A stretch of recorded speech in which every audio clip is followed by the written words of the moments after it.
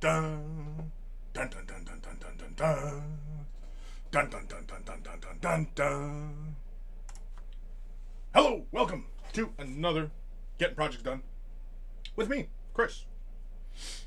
So we are going to continue our work on Yndrasta. Yndrasta? I can never say the name. And last episode, I have not done any more work on her since last time. And so basically the last thing we were working on was the kind of non-metallic metal effect on the metals, although we are using metallics, so it's not really a non-metallic metal, it's more of a metallic metal done in a non-metallic fashion, which is kind of what we've done around the blade, or around the model itself, as it is predominantly metallic, right? The only thing that on this model that is not done in metallics is the handles of the weapons, the scroll, and of course her flesh. But everything else is a metallic. And it's a lot of fun. I enjoy it. And I think we'll take a break from the main body today, as we are going to work on the Cloak and Tree. I know, it sounds terribly exciting. I'm probably going to lay down most of the color with basically airbrush. So it's not going to be terribly exciting, although I suppose some of you might find it interesting, my process for working by airbrush for a lot of this stuff. But I imagine it's probably going to be fairly familiar for a lot of you out there, so strap in or on, whichever. So what should we get started with first? I'm thinking we lay out the cloak color first. So as we've talked many times, I'm basically using Nagrath Night as my purple value on most of the model. Now this is obviously where a lot of the color is going to come, and of course once we get around to the wings, it'll be obviously a different story. But yeah, now there is a slight conundrum, as the back of the model, as well as this little comet here on the hip, on the rest of the model they are chrome. And some might be asking yourselves, well, Chris, what are you going to do for that stuff? I'm glad you asked. I really am. I'm glad. Basically, I think what we'll do is we will just, once we lay the purple out, and of course lay some initial transitions in there, we'll come back in, put a gloss coat down, and lay the chrome on top. It should be fine to lay the chrome right on top, even if this all ends up dark purple. It should be fine because the chrome sits right on top of the surfaces and is, pretty straightforward. So yeah. Now the other fun part is the little murder squirrel. Oh crap! I forgot to turn on my Discord. I forgot to turn on Discord. So patrons are always free to join me in the patron only voice chat on the Discord. So feel free to join me there if you feel like talking. If you don't, that's okay too. I leave it open for anybody who is feeling like a chit chat, as it were. There we go. We're all good? We're all good. Okay. So, enough gum flapping. Let's get to work. So, Nagrath Night. We're going to slap this into the brush. I'm going to spray using a Renegade Chrome, just because it's a little bit more controlled. Although we will thin this color down. I don't think this color has a Citadel Air equivalent. I didn't check, because I think the only purple they have is the Gene Stealer purple. So I don't really feel like using Gene Stealer purple. I don't even know where all my Citadel Air colors are under there. That's okay. It doesn't really matter, because we're gonna just use straight up regular Citadel color. It's no big deal. You just scoop a little bit into your brush, add a little thinner or water, and off you go. All right, I'm gonna put her over here so that we don't get any actual paint on her. I have my brush, got my scooper, got my thinner. This is what I'm gonna use to thin the color. I'm gonna use MIG Ammo's Acrylic Thinner. I like this stuff. I've used this quite a few times with Citadel colors. If you've ever watched any of the tutorials, basically I I use this whenever I'm thinning my Citadel colors. It does feel like it has a bit of an alcohol in it. I don't know if they list off what is in here, but either way, yeah, I find this works really, really well. Yeah, it doesn't really say if there's anything, because I mean it does have a slight smell to it. Like, yeah, it has a slight smell, like acrylic paint. But a lot of the MIG ammo colors, they kind of have that kind of smell to them anyway. We're spraying it around 20 psi, so nice and low. I'm going to use a Renegade Chrome to lay this color down. Basically, I'm probably just going to work on the cloak, lay the base coat down, do a bit of shadow, do a little bit of highlight, and that'll be it, because we'll pick out the rest. We most likely will lay regular old chrome paint on top of the color that we establish here. If it need be, I will put a gloss coat down on those surfaces so that they, the chrome paint has something nice and shiny to reflect off of. But yeah, all right, let's get started. Enough gum flapping. Grab my brush. I mean, we could do this by hand, but meh, use the airbrush. It's nice and fast. We'll get through this process a lot quicker. And, you know, I don't have any of the hang-ups that a lot of others seem to have regarding using an airbrush on a model. That's an antiquated kind of bias to have against airbrushing. Oftentimes it feels very, you know, sour grapes, as it were. I'm going to use quite a bit of thinner. Yeah, that should be fine. Yeah, that's quite a bit in there. Should be good.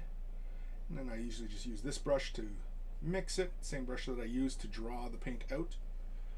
Make sure it's nice and thoroughly mixed. Usually whenever I'm scraping it along the side of the pot, if I can see nice and smooth flow, that's usually when I know that I've got it thoroughly mixed. Okay. We changed out our water, so we got nice, freshy, clean water to go. And yeah. Now for the highlights, I had used Screaming Skull, and I was thinking that maybe we might do something similar once we start laying out, you know, the color.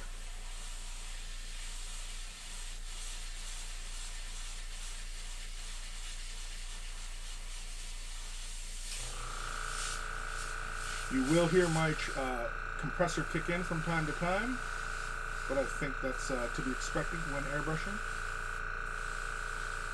I don't think anybody out there is going to go, Chris, I keep hearing your compressor kick in.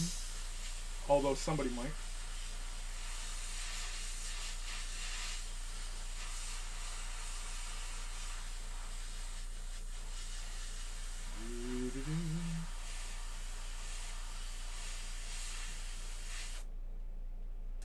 Yeah, it's building up a nice purple. Oh, you know what I didn't turn on? Crap, hold on. I meant to turn on this second light I have. Hold on. There we go. I'll position this right here. Just like so. Just so we get a little bit more light on our subject matter. Should be okay. Probably see that okay now. Okay. Back to work.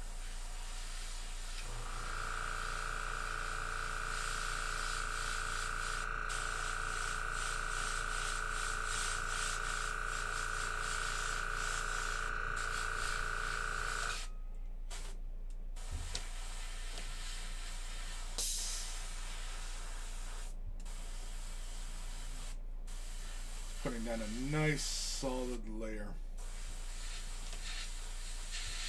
Not entirely necessary to build it up so strong, but because we are going to lay highlights and shadows in this, so yeah. But we're doing it anyway. Still got plenty of paint to go, so we're all in good shape.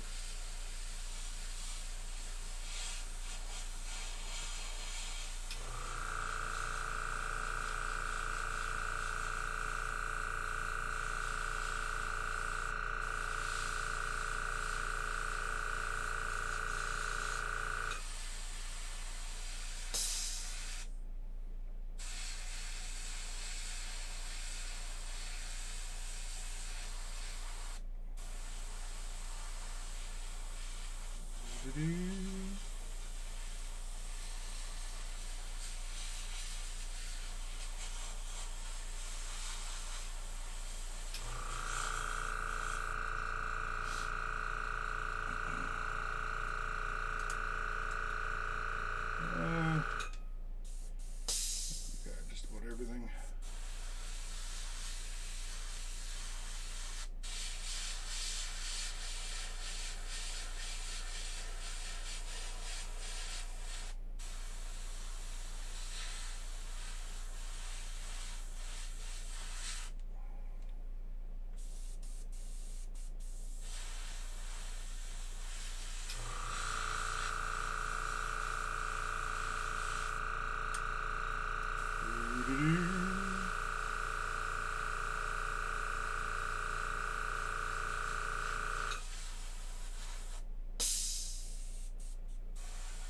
Whoop. Squeezing too hard.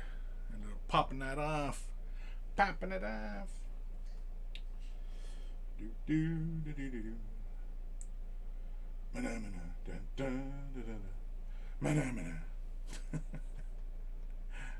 Yeah, we're going crazy. Relax. Relax. It's alright.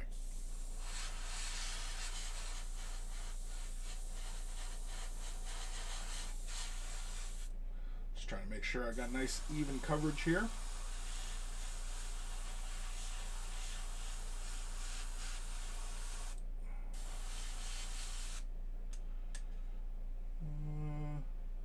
Looks pretty okay to me. I thinks.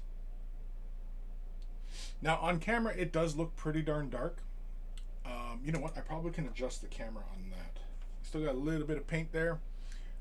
It's pretty much done because we are going to move over to a shadow color. I mean, I could simply just add black to this color, but I think we'll... I don't know. I think I'm going to add blue. You know what? I'm going to put a cap on this. Let's put a cap on this. I think maybe we'll just add blue to this. I think we'll add Cantor blue. Yeah, I think we'll add Cantor blue. I mean, we probably could go with another color out of another range, but I think we'll just simply use Cantor blue. It's a nice dark blue, and we're just going to add that, and we're going to make a shadow value of that. If it's not dark enough, then we'll just simply add black to it. Of course, we could also use brown. Of course, I could also use a contrast. Or maybe I'll use a contrast. No, we'll go with this. We'll see how this looks. If it looks like crap, we can always come over it with something else.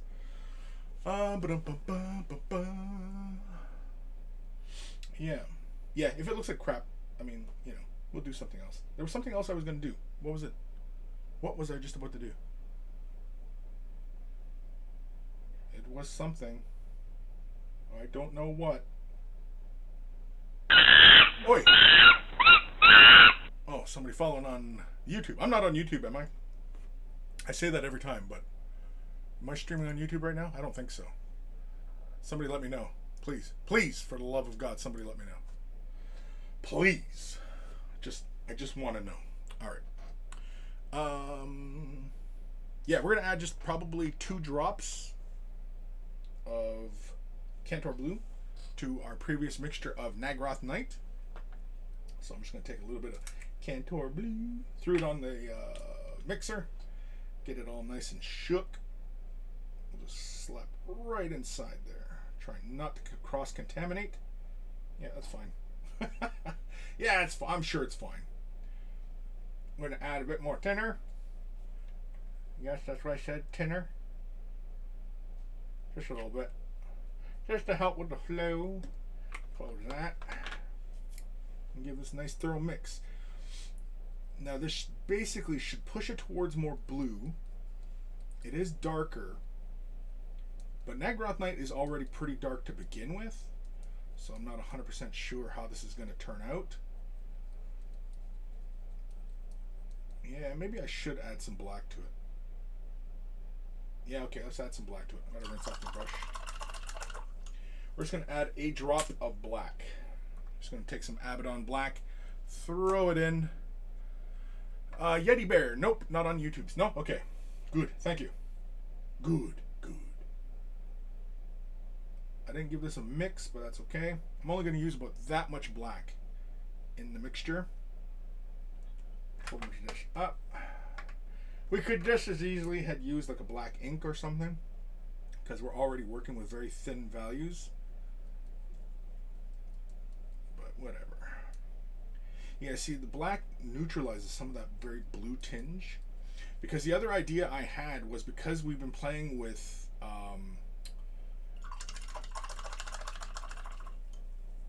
this blue purple theme kind of going on, I was thinking about using a blue in the shadows, like more of an intense blue. But I think I'm going to just stick with just a purple value in there. Alright, same PSI.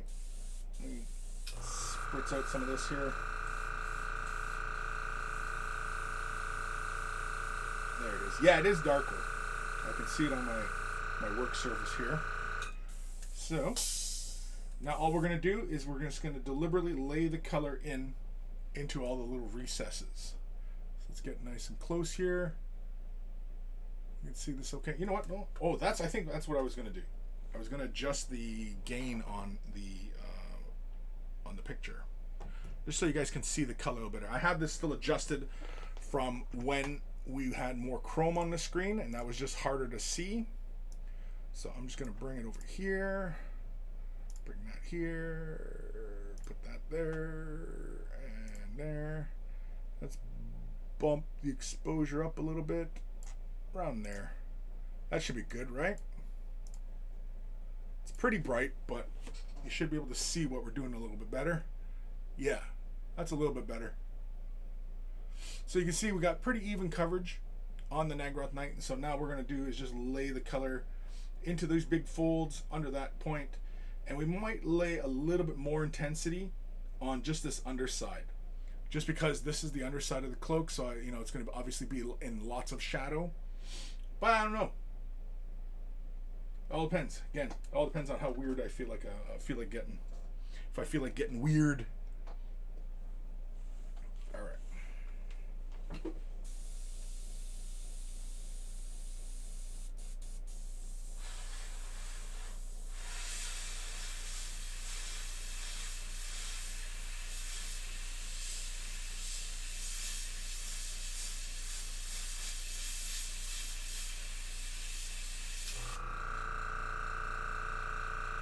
Yeah, you can see it's just pushing the color just a little bit downwards.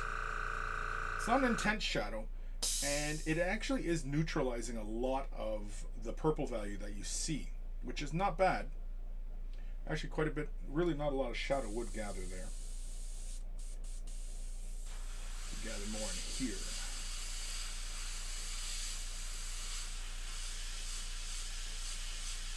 I mean, we could have just as easily started off with our darkest value and then pushed all the highlights up, but I often don't like working that way, as you end up building a lot of layers of paint doing that kind of thing.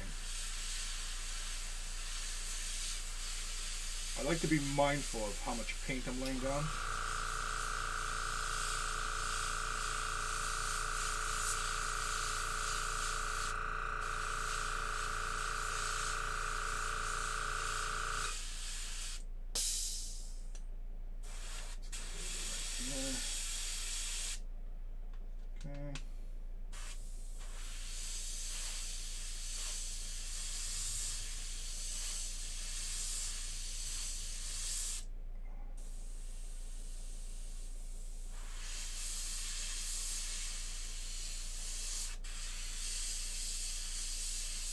Put a little bit more color in towards the belt.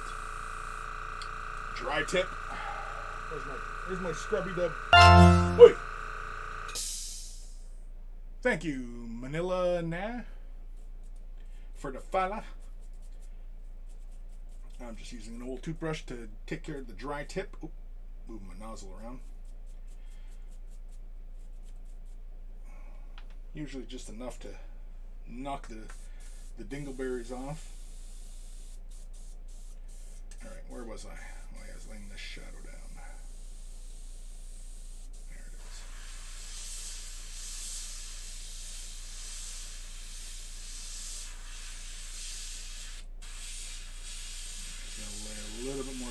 and then the belt line. Yeah. On camera, it has the appearance of desaturating the purple, but to the eye, it is darker and pushes more towards blue. You're just gonna have to take my word for it. Basically, it's the equivalent of "trust me, bro." Trust me, bro. All right. Dry tip. My tip is dry. There we go. All right, now to do the underside. Now this, again, like I said, I was thinking of just like laying a lot of the color down. I think basically what we'll do is we'll lay a lot up here closest to the bum, where they would be really dark, and then leave most of this a darker purple. That's the plan anyway. Whoop. And of course this piece of crap keeps jumping off my holder here. I'm just gonna hang on to the piece. I don't really like to hold on to the model too much, just because you end up running the risk of, you know, handling the model and, you know,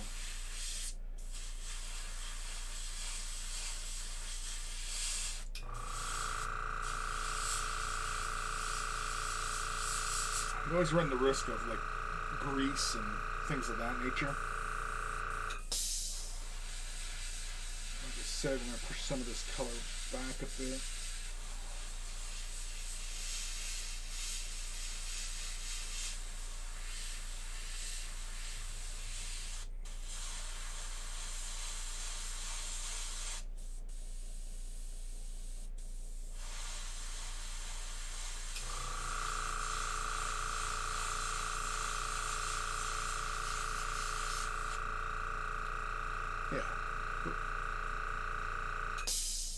Yeah, you can see it's not terribly obvious, but to the eye it is quite subtle. But that's fine. I'm fine with that. All right, so we've got a necessary amount of paint here. It's all over the cap. Getting it all over my fingers. Anyway, I just pulled my cap off here. But yeah, there's still quite a bit of paint in there, but there's not much we can do with it because we're done with our shading process. So. And once I lay in the highlight color and everything like that, I can always come back over with like a clear color and push those values again. So it's not like it's a big issue if we get it wrong. And because we work with the paint in such a thinned out fashion, you know, if we have to put down more layers, we can. It's not a big thing.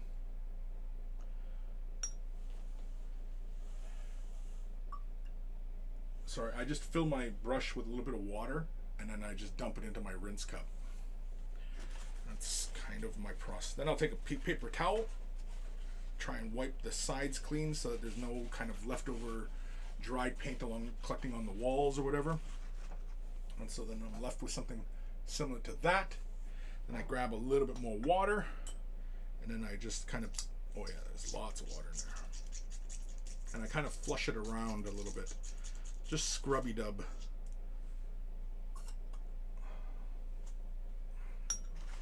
Give it another wipe.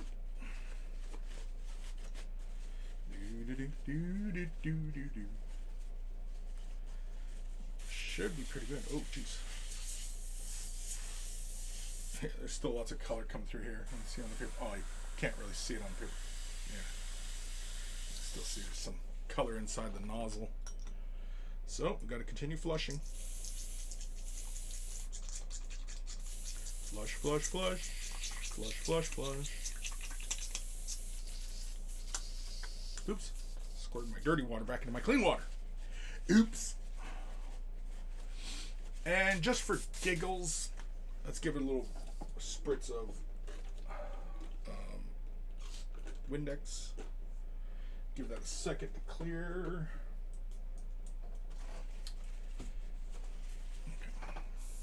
Making a mess everywhere here. Airbrushing. It's a lot of fun. It's a fast way to get stuff done, but holy cramoles, can it be wasteful and, you know, messy? If you're doing it right. If you're doing it right, yeah, it uses up lots of paint unnecessarily. It's messy. You get paint everywhere. Only if you're doing it right, though. Yeti Bear. A neighbor gave me a used airbrush a while back. I've been shy on trying it, worried I won't clean it right and mess it up. Well, whatever airbrush you've got, do a little bit of research as to what that brand and model number of brush is. See if you can find maintenance guides on taking it apart and, you know, giving it a thorough clean. One easy way, like especially if it has been used and you know, it does look a little bit dirty, then yeah, you definitely need to take it apart, especially the nozzle. And often what I like to do is get like a little small container, like, you know, a little vessel or whatever, put like a little bit of iso alcohol, and then I will drop those parts into the container and then, you know, agitate it a little bit, let it sit for a bit, let it eat up that paint. Iso alcohol typically will remove most paints, at least, you know, most hobby brand paints, short of some more aggressive type of enamels. But any, like, you know, solvent-based acrylics, or, well, definitely water-based acrylics, iso alcohol will just eat right through it.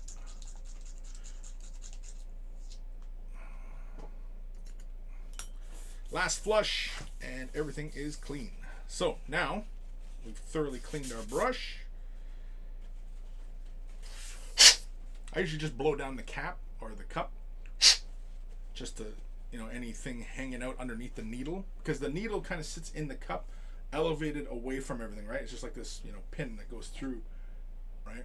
But anyway, yeah. And so that is a thorough clean, and I usually do that between colors or color changes.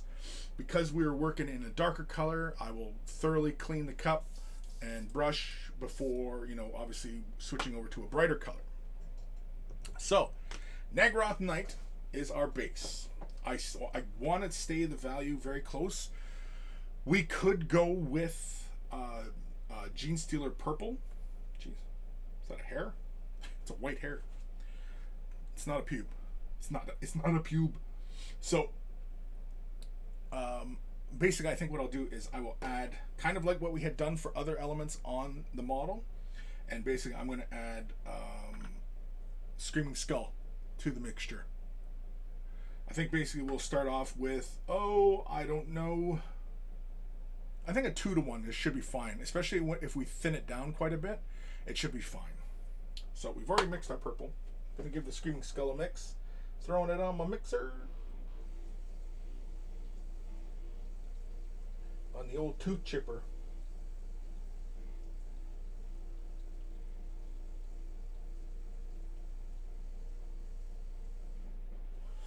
Actually, let's give the Naggaroth a quick little thing. Oftentimes, even though I use the Vortex mixer, I still give it a shake, just because the Vortex mixer gives it a good mix, but I like to draw from the lid, from that little lip inside the lid, and so that's why I often will always just give it another couple shakes like that, just so that paint collects up there, so I can draw it off. That's my process. Anybody who's wondering, Chris, what's your process? Cran? Cran? Anyway. Alright, let's grab a little bit of that.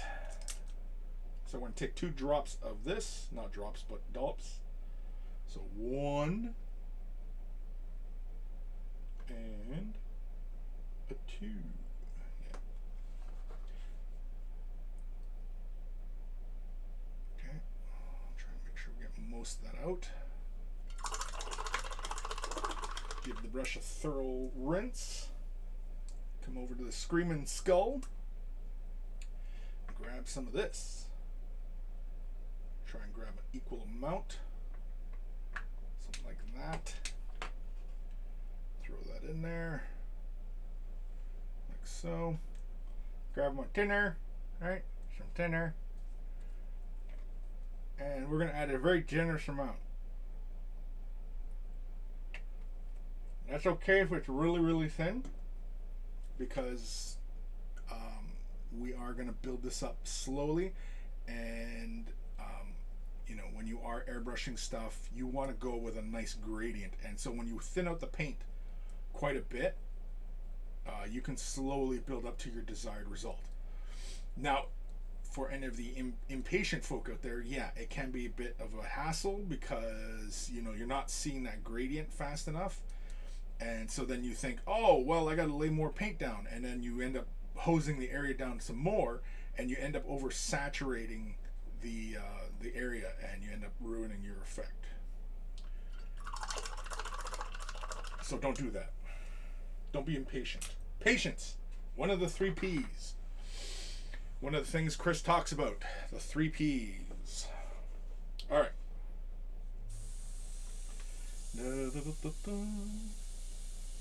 Yeah, that's really thin. Hell, I can see through it. I can see through it. I think what I'll do is I'll spray at an angle and come across the surface so that we just catch just the high points. Now this, like, again, when you're laying out your highlights, orient the part or the model so that you know how you want the light to fall or how you're imagining the light falling, and that's what you're trying to replicate, right?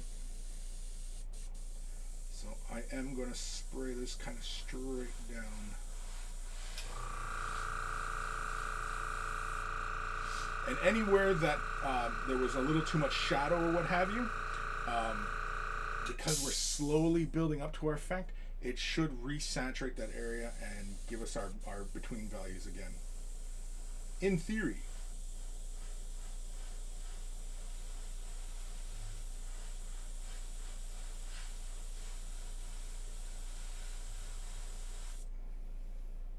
So you can see I'm just trying to concentrate just on that high point. Oh, crap, this thing popped off again. Son of a gun. I should have just adhered this to one of my stands. Actually, you know what? While I'm working on this, I probably don't need to worry about... Hold on, I'm just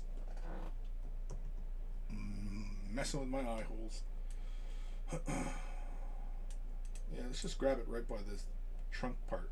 There we go. That should be nice and solid now. All right. Back to the airbrushing. Yeah, so like I said, spraying it from one direction will help catch the high points and help you with your highlighting.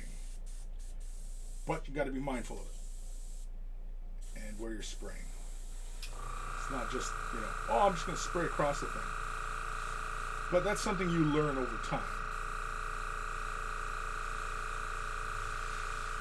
And of course, if we need to get in closer, then we just need to turn the PSI down and come in and work it just a little bit closer. But you can see how the highlights are already starting to build now, right? And you can see how we get a nice soft gradient across the surface. I'm concentrating most of the brighter color towards the ends of the cloak. I do want to spray at it kind of from this angle as well. Let's spray from here. And actually, the way I'm kind of aiming my brush, I'm kind of aiming past. I'm not actually aiming at the model, I'm aiming over the model. And the tricky part is just trying to find that angle where you can hit those surfaces without hitting background surface. You always got to watch your background, right? It's like, you know, shooting. You got to watch your background.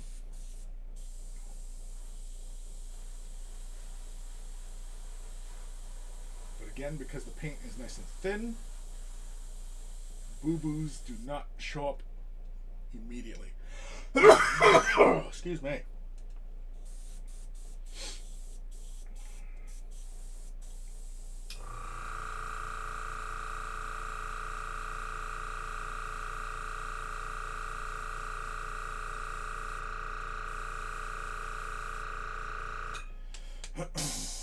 Yeah, it's a very, very subtle gradient we're building. Subtle. As many of you know, Chris likes subtle. Alright, now the interior here, we're going to have to be a little bit more deliberate because it's kind of more of a stylized kind of thing. Because if the light was coming straight down kind of, you know, approach, then obviously the underside of the cloak would not get a lot of light, so we have to actually take some liberties here, some artistic liberties. Oh, no. Come on, there we go. So I'm going to hit this side here.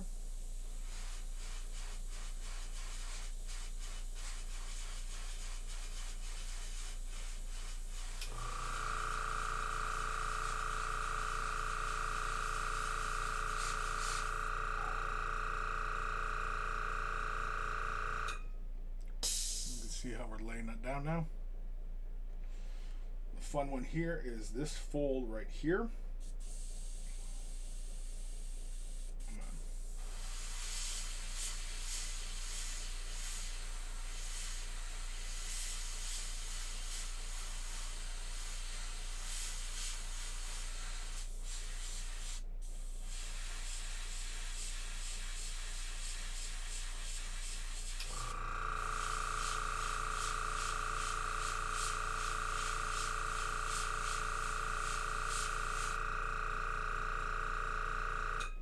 That's such a nice deep dark purple. I'm liking where we're heading with this. It's really tempting to even push the contrast of it a little higher, but I don't know. Oh, you know what? Let's get the highlights up by the bum. Oh. Dry tip. Dry tip. We got the dry tip.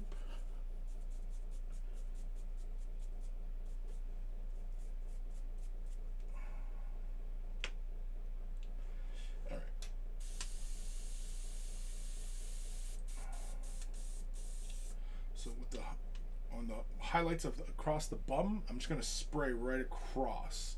Again, I'm aiming past the bum, and I'm looking to just catch the top parts. It's almost like we're dry brushing, but we're not. It's kind of like that, but not. I know that's not terribly helpful, but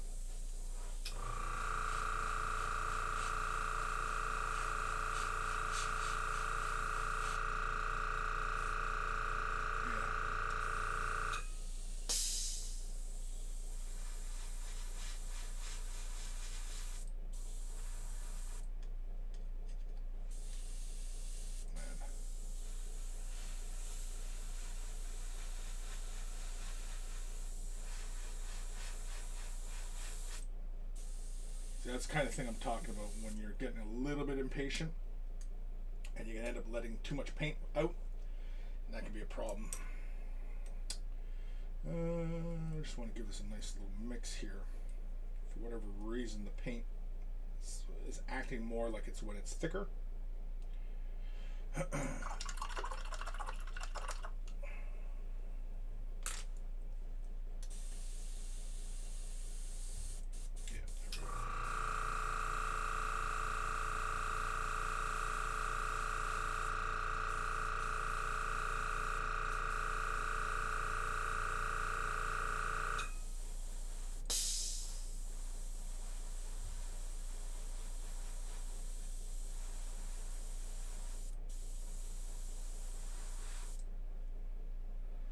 Dry tip. That's the only other pain in the ass about airbrushing everything. Dry tip. In case it gets really aggressive, then I bust out my exact hobby knife and just gently scrape the sides just to knock off all the debris, and then I come back in with my scrubby toothbrush and just free it all up, just like that. You see, it's nice and clear now.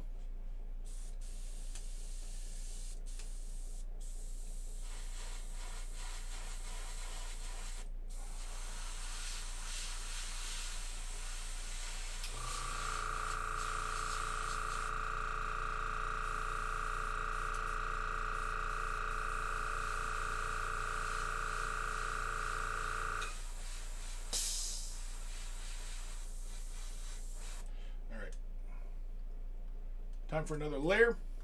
We're going to add a little bit more screwing skull to this mixture, making it probably closer to a 1-to-1, but because of the amount we've already sprayed, it's probably more like a 1 and something. You know what? We'll add a little bit more. We'll push this value a little further. Just want to make sure I'm not contaminating my paint.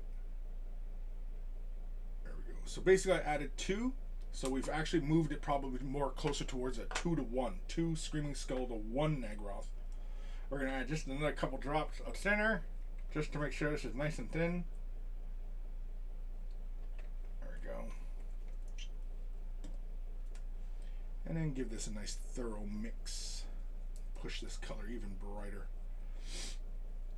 Now actually, as we add the Screaming Skull, it actually starts to look a little bit more like Genestealer Purple, which is kind of funny, considering that I didn't want to use Genestealer Purple.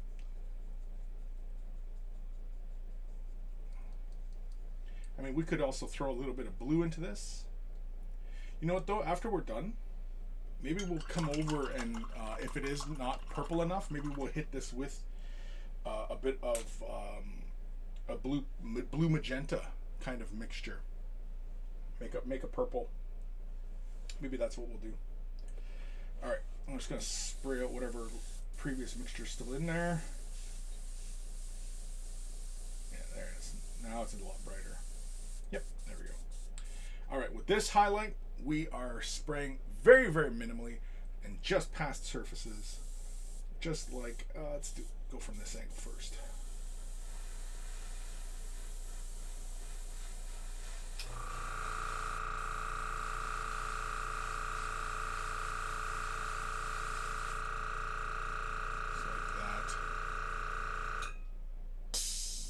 Not the easiest to see, but we are getting color transitions here.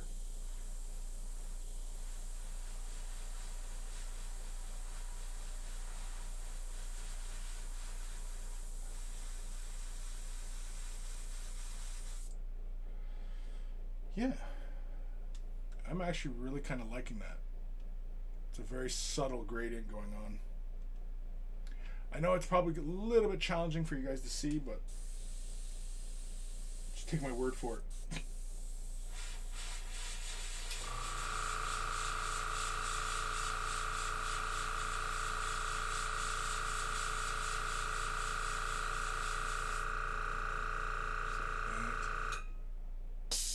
Yep.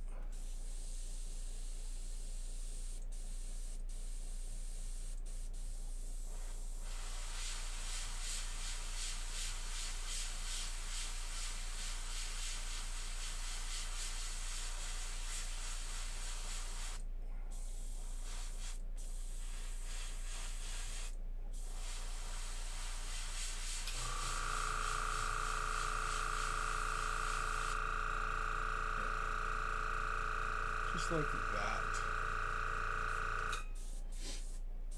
Almost spray just across the front again.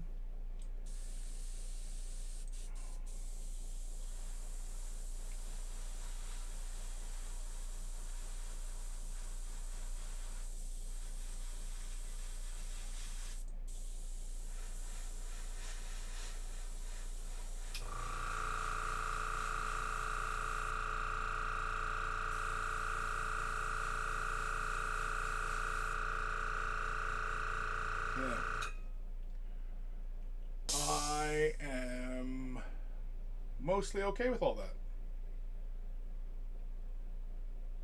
There's a little spot here where it kind of ends abruptly like that, but meh, not too worried about it. All right, I just want to catch a little bit on the bum, top of the bum.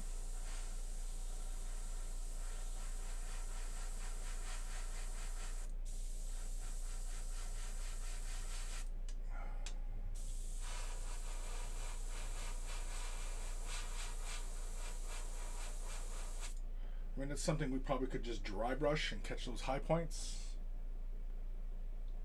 But yeah.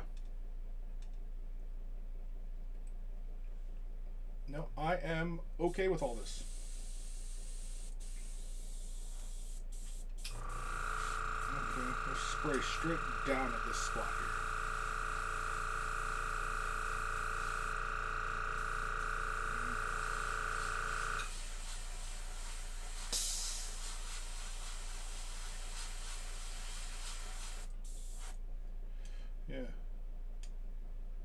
Yeah, yeah, yeah. Yeah, yeah, yeah.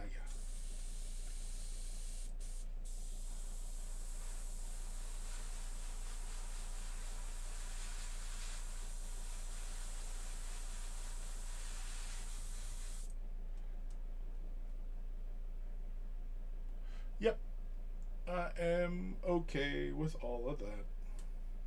I don't know if it really needs um, to push those values any further. The slight blue cast in the shadows is actually kind of cool. I think we are pretty done with that, I think I'm okay with all that. Yeah. Okay. So we got a lot of leftover paint in there. Unfortunately, there's nothing we can do with it. So off it goes. Goodbye, paint. Goodbye. You did your job. You did your job. All right. Now again, the flushing process.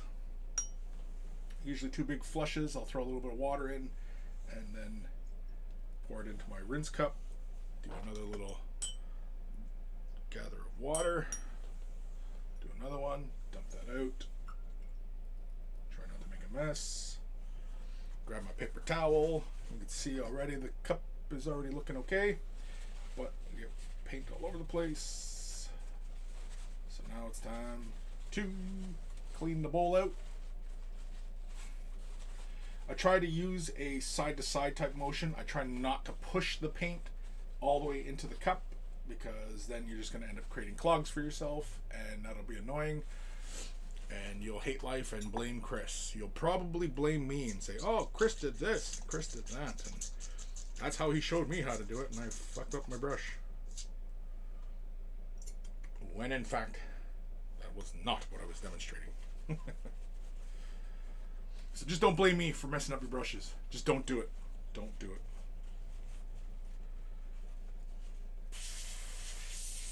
Still lots of paint in there.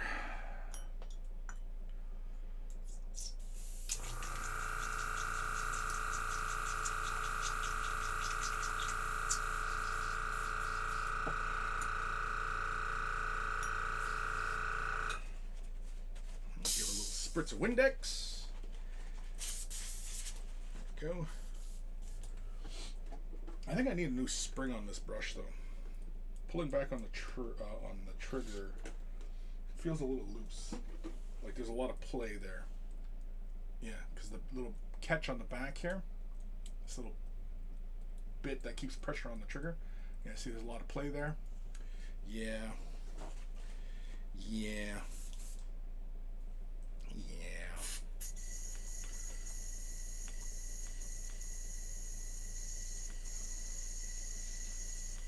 I guess I could probably start using my Sotar or something, right?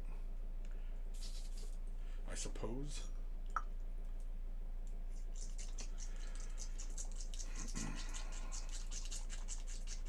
There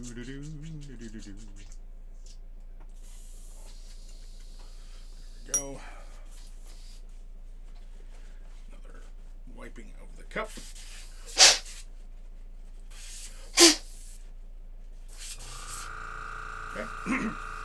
It sounds like I'm spitting into the cup, but I'm not. Anyway, clean cup, ready to go for next color.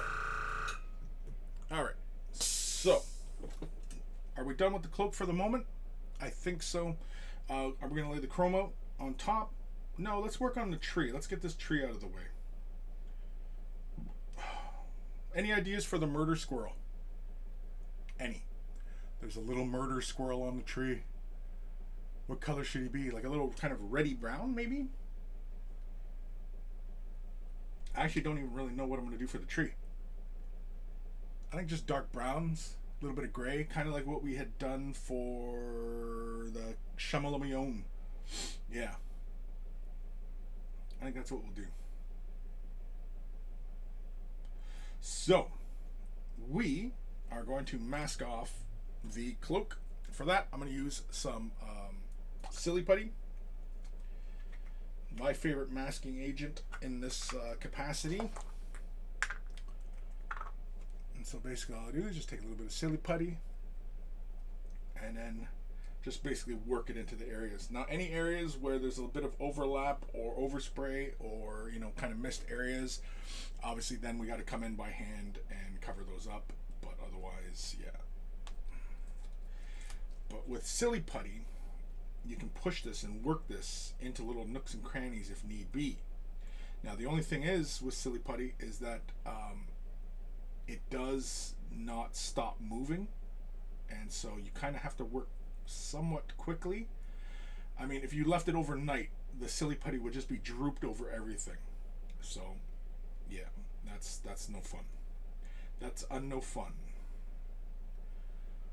And so basically what I'll do is I have a little tool that has a rubber tip on it.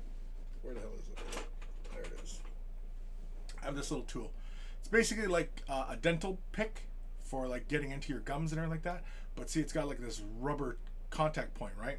So I like using this and basically just kind of work the silly putty into nooks and crannies. Kind of like sculpting, but not. Again, I'm not too concerned if I miss some of the areas on the tree or anything like that. I'm really more concerned with just preserving the purple. And so for that, I'm going to have to tear off another chunk. There we go. It's quite a bit actually, but it's okay. We're going to use this on the opposite side of the cloak. Oh, shit. And something along the lines of that right there. Yeah. Cover up all the little bits that we don't want paint to gather on. I want to make sure I get that. So, yeah. So again, silly putty in this fashion is our friend because it allows us to get into some of these spaces and you can make it conform any way you want it to, right? Which is why I like it, is it'll do what you want it to do. I'm just moving some of this excess putty around. Just like so. Make it a little thin over here. If you do end up like making a little area a little bit too thin, you can kind of see some of the colors poking through there. You can always just gently move some excess around and occupy that gap. And that's it. That's one of my favorite ways of masking off areas. Now there are companies out there who produce silly putties in this capacity for, you know, masking off areas on models. So yeah. Heretic Scott, howdy. Well, there was a night desecrator on Amazon. Excuse me. Reduced price. I had vouchers, so now own a desecrator. Haven't worked on a model this big, but should be fun when I get around to it. Cool. Very, very cool. All right. Is this going to hang on to here nice and easy for me? You going to do it? Better. Nope. Son of a gun. I might have to just hang on to the silly putty, I guess. I'll just hang on to the silly putty. It doesn't really matter. Now, what color are we doing for the tree? Hell. I was so busy masking that off, I didn't even think about what colors I was using. Let's just use a dark brown as our base. What should we use? Something nice and dark. Yeah, you know what? Let's switch over to a scale 75 color. Scale 75's got some nice dark brown tones.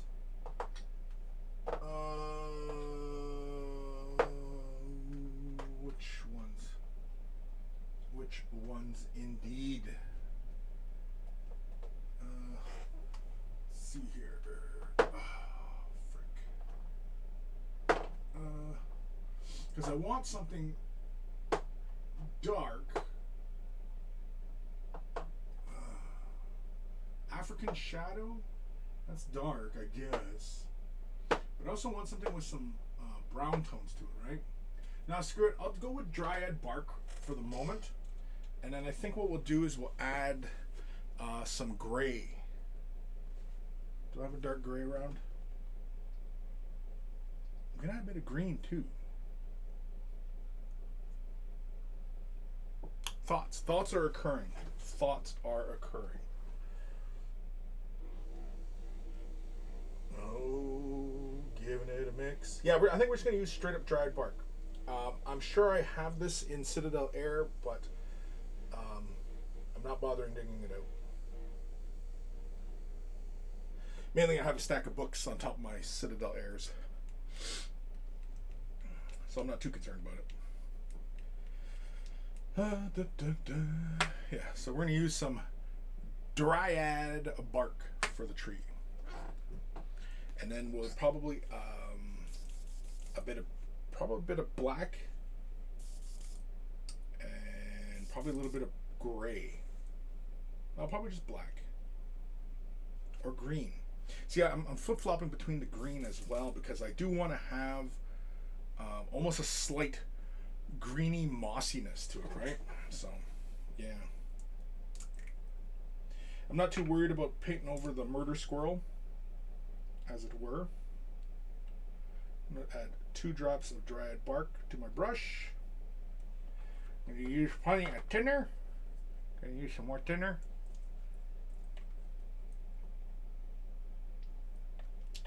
Not too much.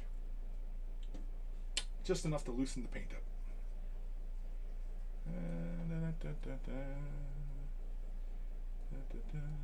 Now for this process of using a brush inside the airbrush, I often use a long bristled brush to do this. Citadel shade wash brush. Yeah, it's the shade. It's the medium shade brush. That's what I use. Because it's got nice firm bristles. And, you know, it's got nice long bristles. Nice long and firm. Long and firm. Yes, you heard it right. Long and firm. All right. It's already starting to stick here. Let's grab a little bit of color. There we go. And we were painting.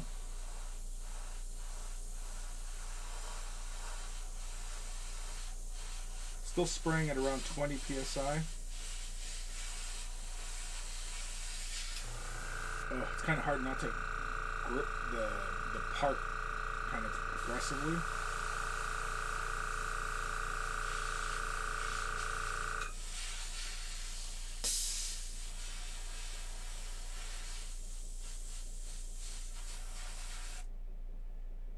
Yeah, because I can feel like pressure.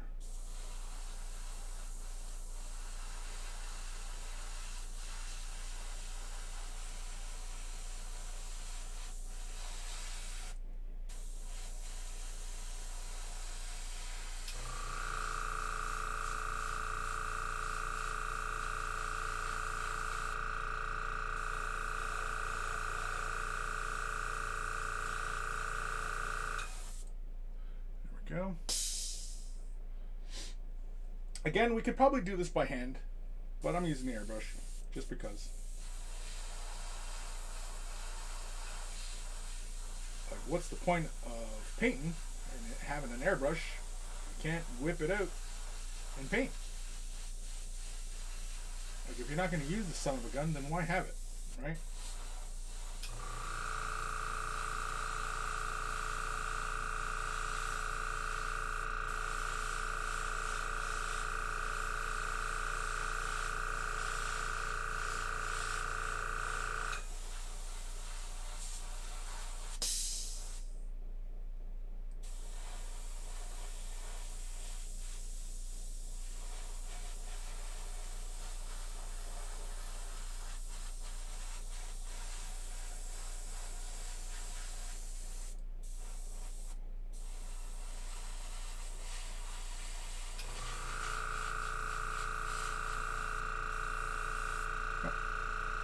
There we go.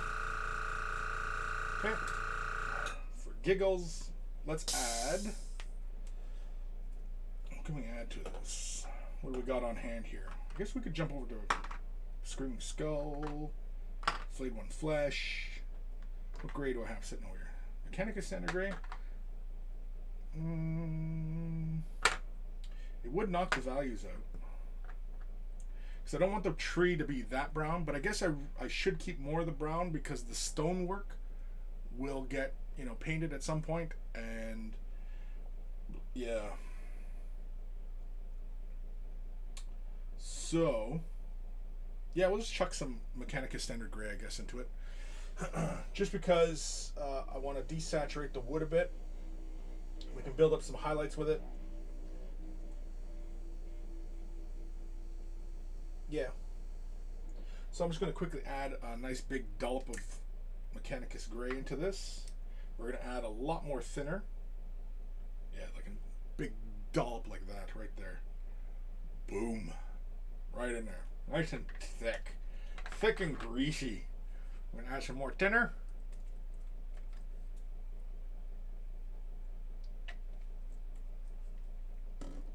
Because basically with this color, we're kind of starting our highlight process.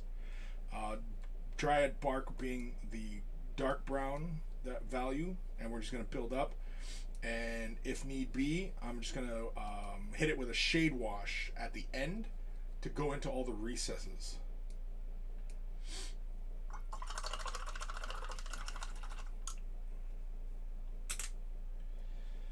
Do-do-do-do-do.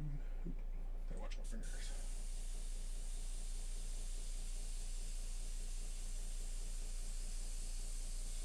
Spray until I get to the gray section of it. There we go. And yeah, let's just start spraying straight down.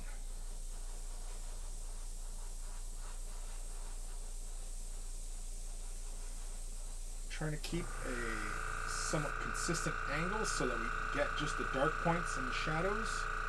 So I'm kind of spraying straight down at the parts.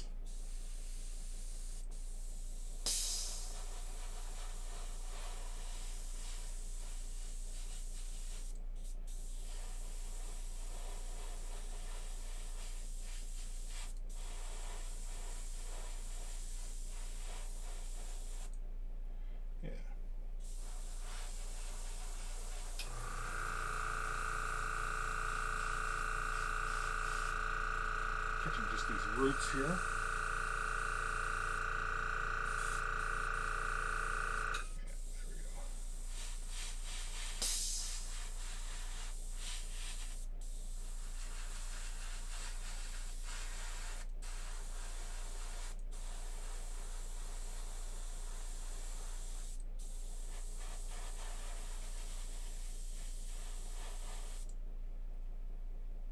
Yeah.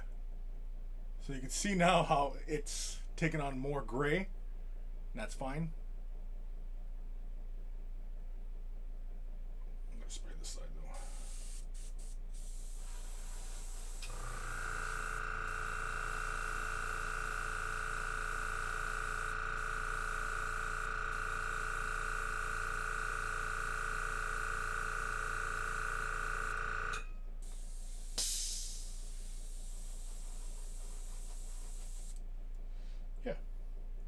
On camera, it looks really gray, but to the eye, it doesn't look that gray. That looks pretty hilarious, but to the eye, it's not that hilarious. Hilarious being really gray. All right, I'm gonna take, I'll take some flayed one flesh. I'm gonna throw that into this mixture. Just gonna give it a quick mix. Oh, yeah. Maybe like something like a Thonian camo shade. That's one of my favorites to use to get like an organic, desaturated green. So I'm going to take a heavy amount of flayed one flesh. We're just going to chuck that in. Going to chuck a little bit more thinner in. Just a bit. Just to make sure we're working with nice thin paint. Nice and thin. And we're going to give this a nice good mix. The flayed one flesh is just going to bring a bit of warmth back, but lighten the color, giving us a kind of a dead wood, right? That's the whole intention here, is that we're getting this dead wood appearance. Yeah. Now what color is this? I honestly couldn't tell you. Like, if there's a Citadel equivalent to this, I honestly don't know. It looks like a lighter version of Skaven Blight Dinge. That's the kind of color I see. It's the way it kind of looks anyway. Alright. Spray off some of the excess that was in there. Go with our lighter tone. Alright, this time we're going to be a little bit more deliberate and in our placements. I want to make sure I catch some of this texture, so I'm going to spray above the areas so we just get just the high points. Concentrate around this trunk, around the roots. Murder squirrel.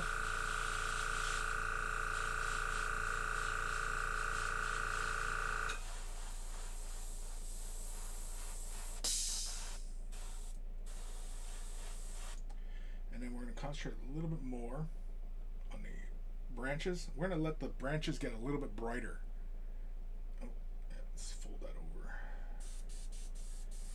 So basically we're going to look for a bit of a gradient, getting brighter towards the ends of the branches and getting a little deeper in towards the trunk.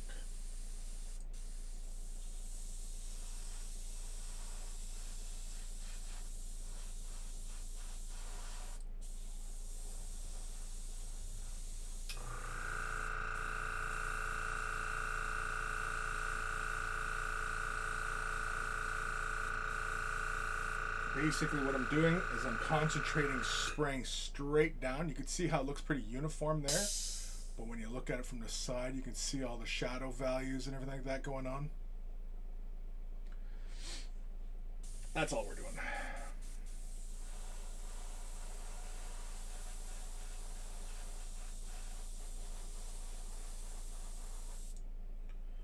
Just like that.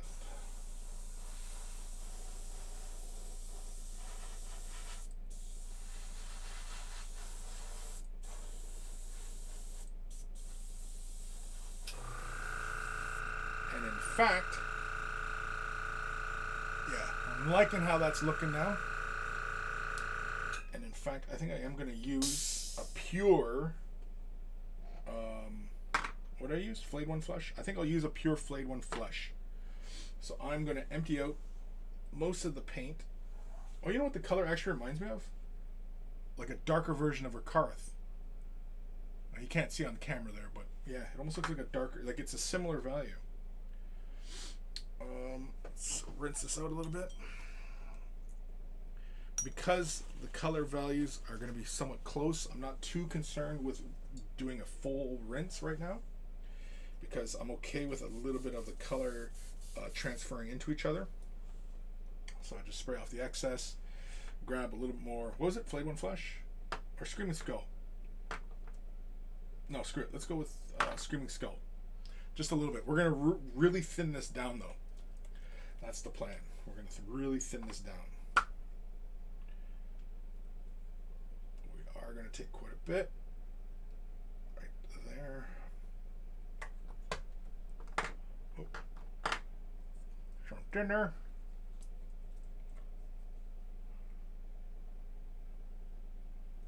Using quite a bit of thinner.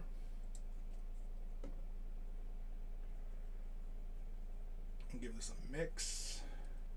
Again, like I said, I'm not too worried about the previous color mixing with this, because again, it just helps unify the values and the hue.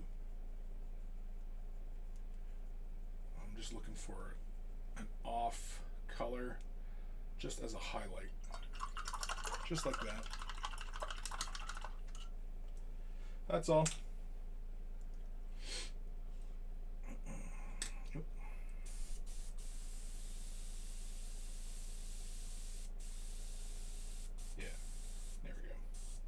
So now I want to concentrate most of my brush stroke on the ends of this branch, end of this branch, a little bit on this side, and try and catch just the tops of these roots. That's all I'm looking to do. Spraying straight down at the branch.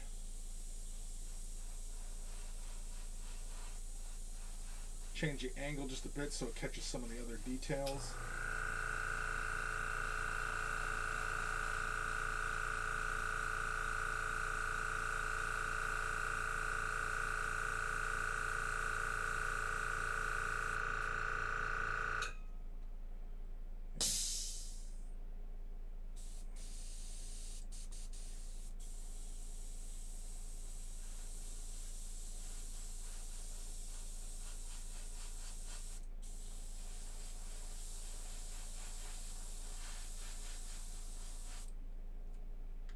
Dry tip. Dry tip. Dry tip is a very common occurrence when you're working with thinned out color and you're spraying for a long time and you're trying to just be very, very subtle in how much you're laying down at once. So, yeah. It's a common thing. It's not a big deal.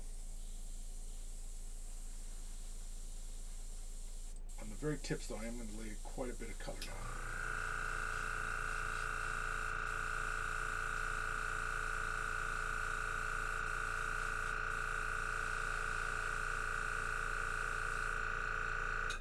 Just like that. So you can see there's just a slight gradient towards the ends. Of course, this is squeezing all over the place on me. Trunk here, just lay just a little bit there, just towards the ends of the roots.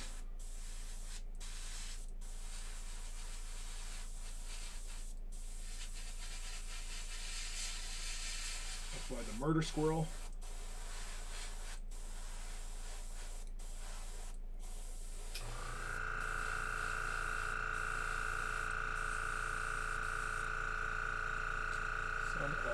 Gun. Dry tip. Dry tip. Get annoyed by the dry tip.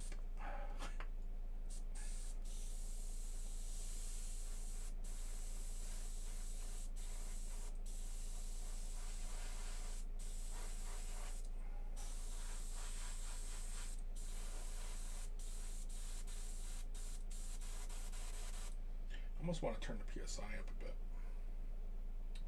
just to kind of really hammer this out. I'm going to turn the PSI up just a little bit. Okay, quite a bit. Come on.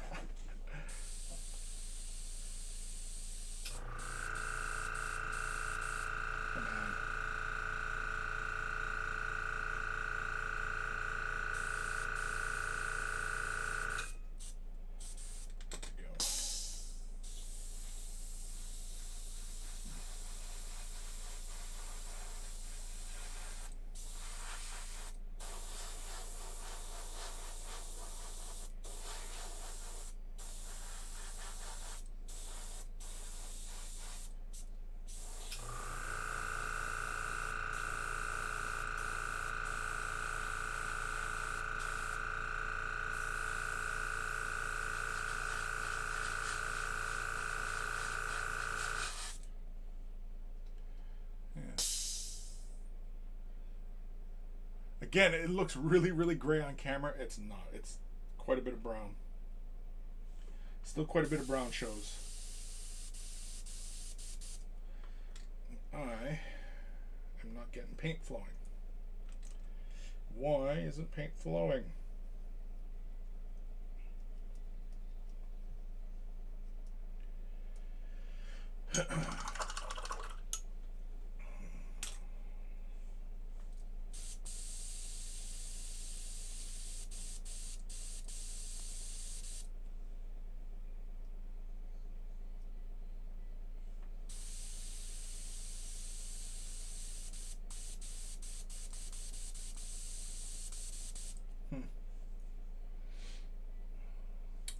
Probably should have cleaned my brush before I switched to this color.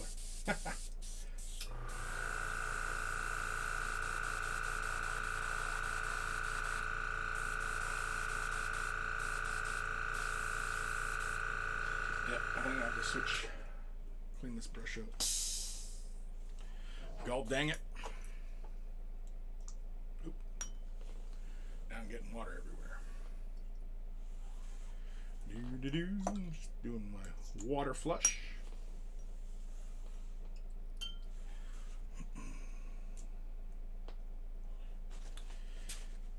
Give it a wipe. Wipe. It's always important to give it a wipe.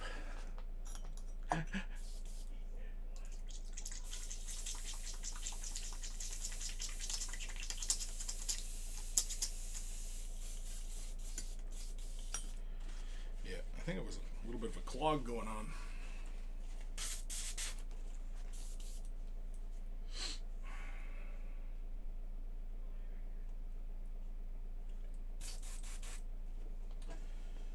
Little spritz of Windex.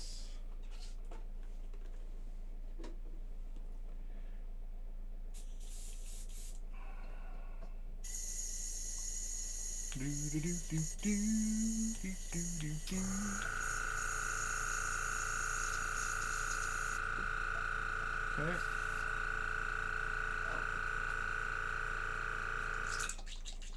Another floosh. Actually, I'm tempted to hit it with a little bit of alcohol, just in case there is something in there. The alcohol will dissolve it and clean it. Lupus angulus. Greetings. Greetings, Lupus. Yeah, I'm going to use a little bit of iso alcohol. I'm just going to, because it feels like there might be something in there. And it's just good to make sure everything's running clean. So I'm just going to grab some of my iso alcohol. Just using my dropper, just pull a little bit out, just to siphon a little bit, not too much. There we go. That's all it takes. And so whenever I do this, I often will move the trigger back and forth, just so that paint gets up into the, or alcohol gets up into the nozzle, in case there's something in there that's obstructing the way.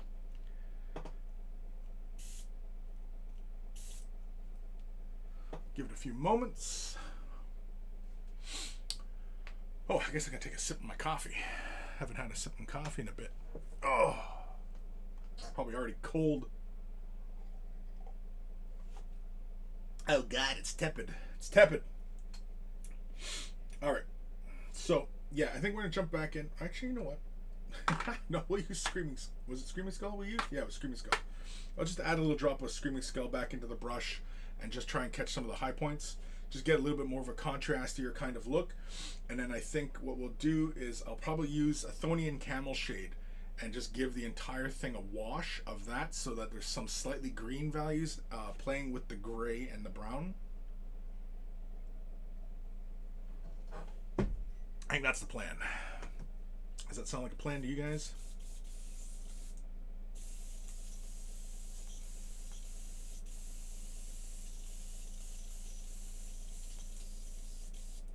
Yeah, I definitely need to, I think, find a new spring for this brush. It just doesn't have the same tension as it used to. Yeah. Anyway, enough complaining.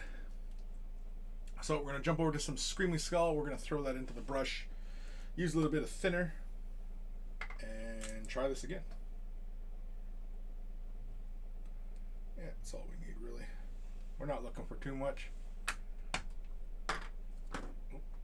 Some thinner. Thinner. Just like that. Give it a nice thorough mix.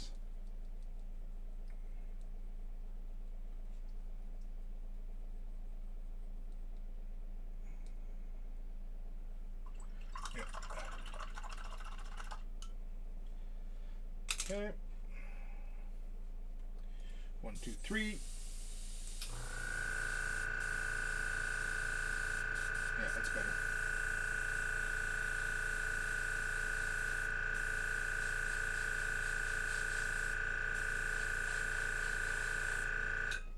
Yeah, you see how we're getting nice bright values now. That's what we're looking for.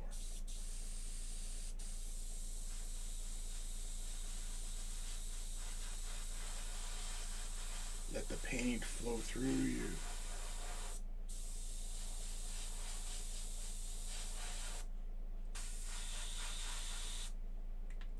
It's like a doggy hair on my brush. Got doggy hairs. Doggy hairs all over the place. If you have a dog, you're going to have doggy hairs.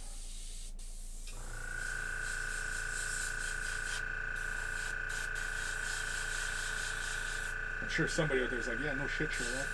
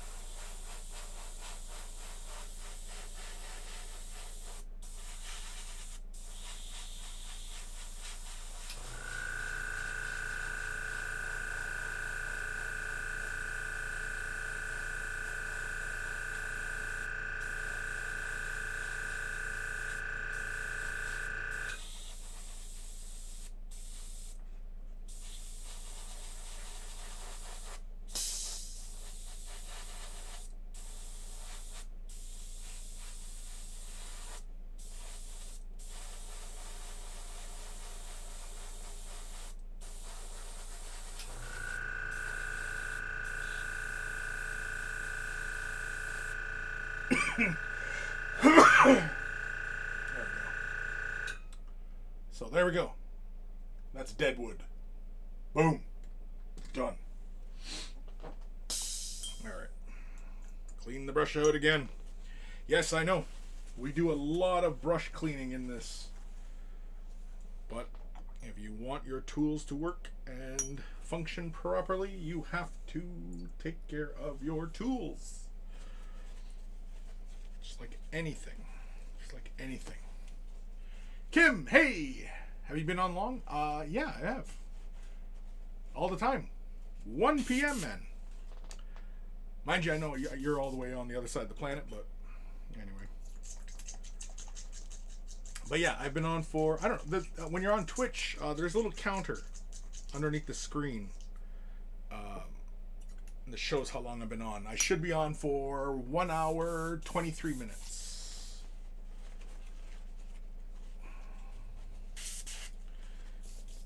Give this little spurts of Windex. We'll let that sit for a minute. Wait.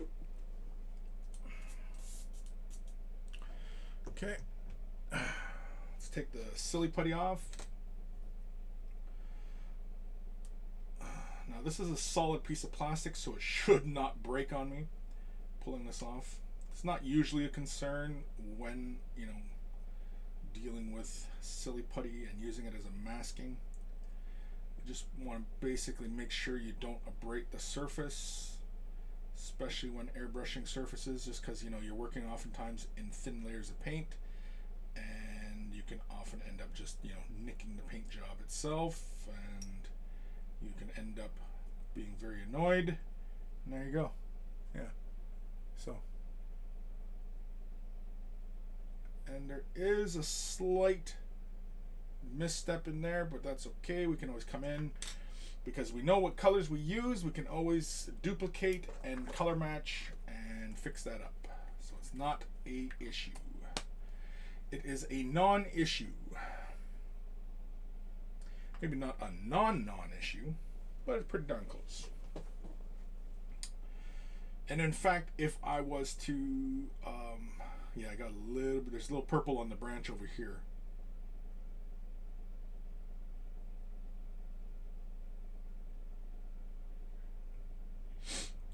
I think basically if I use the Athonian camo shade on this surface, I could probably just reestablish some highlights in there, because I want these vines, these things that come down, I want those to be in greens and such. But yeah. All right. Let's see here. Let's grab hold. Yeah. Oh, for fuck's sakes. Okay. So, next step is some ethone. Piss off. I need something that can grab hold of that little bit in there. Anyway. Let's finish cleaning out the brush. Spritz out this Windex. Just spraying it into my overspray jar. There we go. Just mainly because I don't want frickin' Windex flying around the air. Although, mind you, I was spritzing out my alcohol just willy-nilly. Do as I say, not as I do. There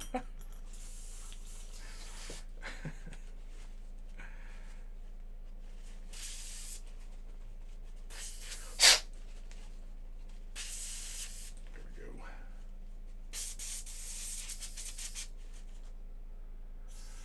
Kim. Yeah, cool. I normally try and catch all the streams if I can. This time, though, I got home, so I missed the first hour. Yeah, no problem. All right, what was I going to use? Thonian Camel Shake, that's it. Where is it? There it is. Oh, got a big old jar of Thonian Camel Shake. I like this color because you can kind of see, you can see how there's warm values. It's a green, but it's got that slight brown cast in it, and that's what I'm looking for because basically, this will, on top for the wood, will throw some. You know, green values in there, especially wherever it collects a little heavily, it'll shift towards that green.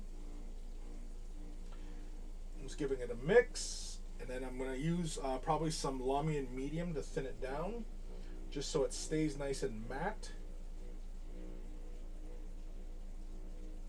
I mean, we could use it, I suppose, heavier and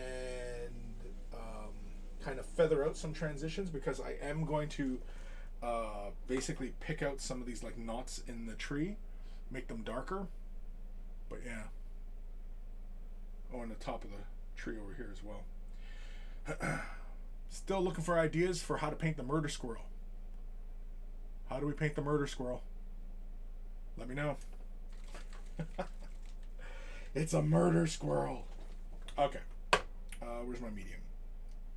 My Lamian medium. Basically, all I'm going to do is I'm just going to slap it a little bit onto my palette here. And yeah, I just want to make sure this is thoroughly mixed, which it is. Yeah, this is a fun color. I like this color. I use this whenever I can. I'm not going to say I use it all the time, but I try to use it whenever I can. Throw a nice generous amount down. We could also use water to thin this down, but I'm just going to use medium because why not? 3 drops. 3 drops of medium. Give this a nice thorough mix.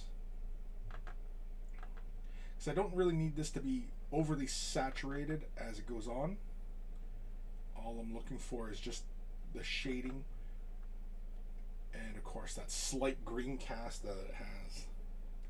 So now let's just start picking out areas and go. Yeah, oh yeah.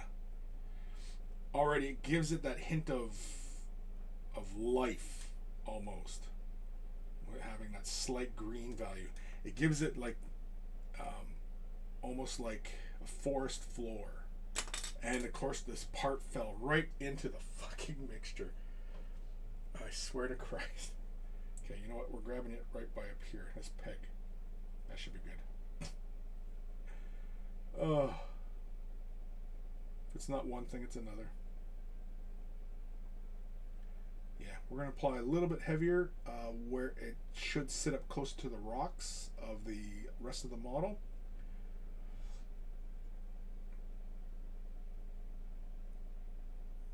Plus it can help us with some of the separation from the robe.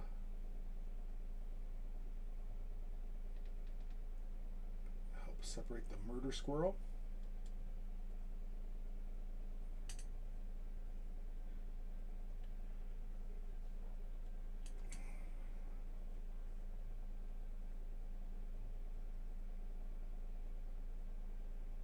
Just trying to be very deliberate here. kind of like glazing. I want to push the color where I want it to get darker. So on the tips of the branches, I'm not looking for that very heavy color. I'm only looking for just a little bit. And you can piss off. Okay, I'm done. I'm just hanging on to this bit. Screw it. Hanging on to the bit.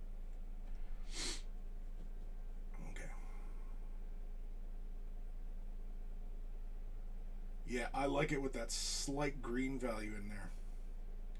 That's what I'm looking for.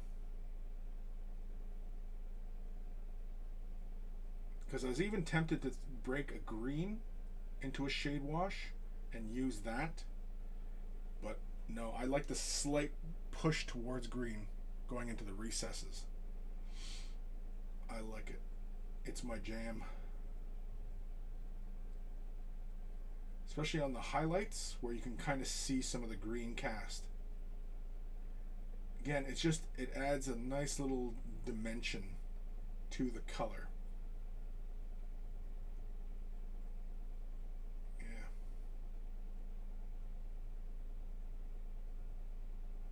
Yeah.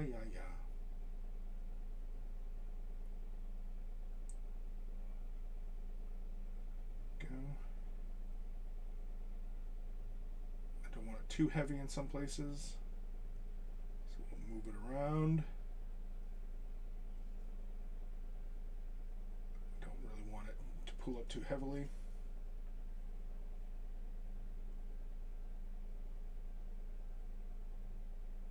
Because we can deliberately pick those areas out.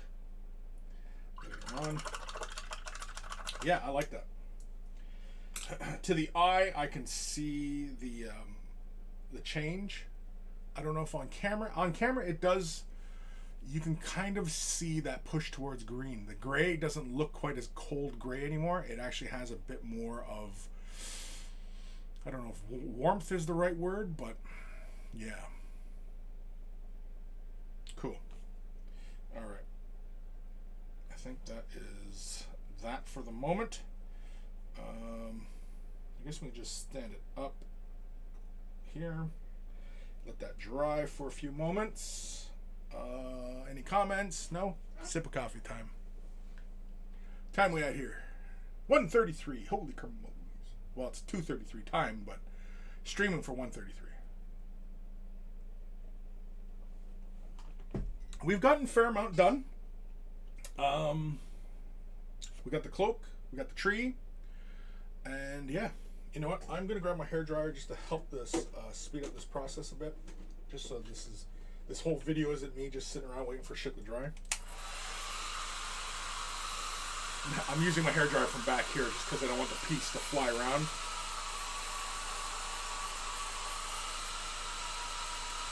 La da da da da da da.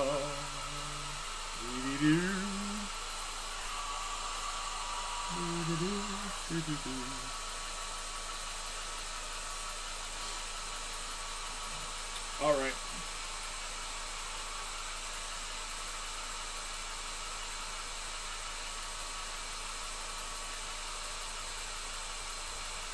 We might do another little layering of a Athonian camo shade. Just at the base of the trunk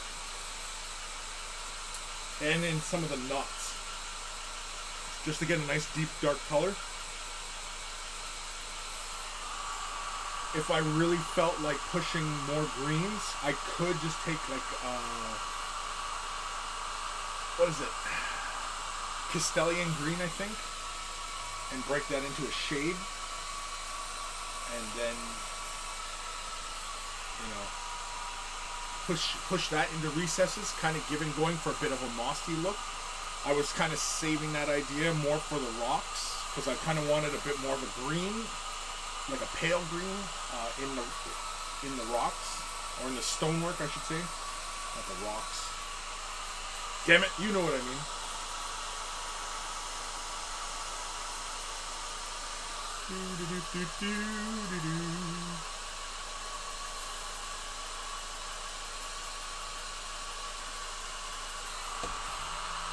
Set it on the table here.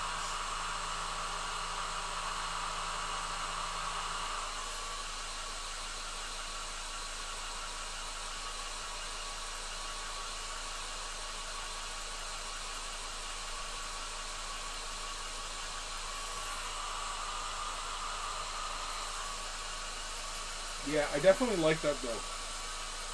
A lot more now with that little glazing of Athonian camel shade. It just throws just the hints of greens in places. It's not even. It's not like we were looking for a solid gradient or anything like that.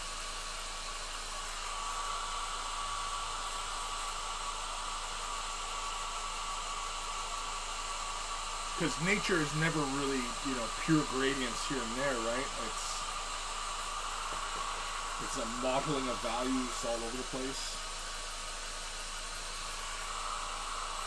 You can still see in the knot holes, there's still a little bit of glistening.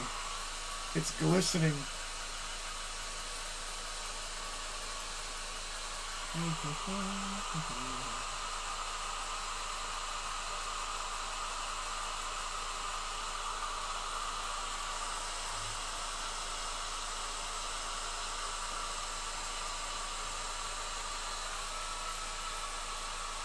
It's gonna be a boring video.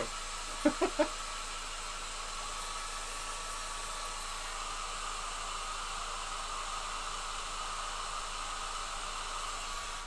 got enough. Alrighty. Let's have a look. Oh yeah. Oh yeah, still some. You can still see kind of shininess in there. Yeah, it's still drying in there. But yeah, on camera, you can kind of see the green value in there. It doesn't feel as cold anymore, does it? Like that initial gray, even though, like, even to the eye, because it was a gray-brown mixture, you know, it didn't really, like, on camera, it looks really kind of crazy, but to the eye, it's really not. Oh, it's still drying inside that little knot hole, too. Yeah.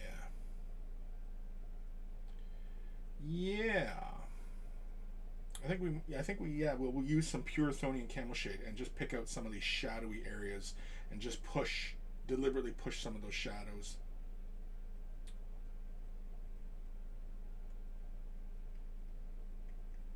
Yeah. I mean, we could also come in and mix a dark green, thin it down, push it in there as well. We could do that. We're not. Alright. Oop, shit. Dropping parts. Oop. Dropping parts. Oop. Alright. Where's the Athonian cam? Oh. I was like, where's my Athonian cam shade? I'm resting against it. Alright. So we'll just open this up. And we'll grab... we'll grab this brush. Something nice and small and deliberate. For anybody who's wondering, it's an Artist Opus #1. Probably one of my favorite brushes that they make, just because I like the size. Basically, I'm going to push these shadows in the upper portions and in the recesses.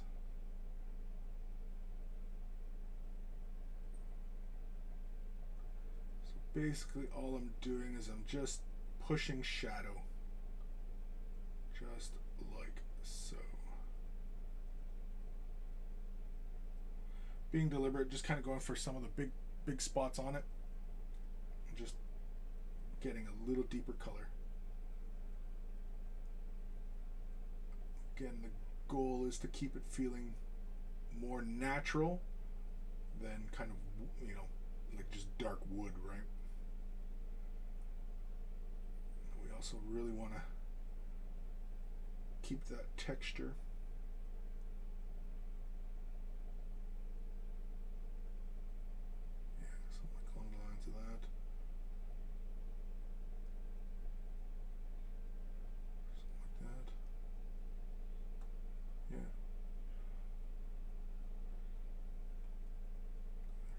For. Again, we can even make it up in some places. Just whatever looks cool. Just go for whatever looks cool to you. Well, that's it. It's not terribly complex.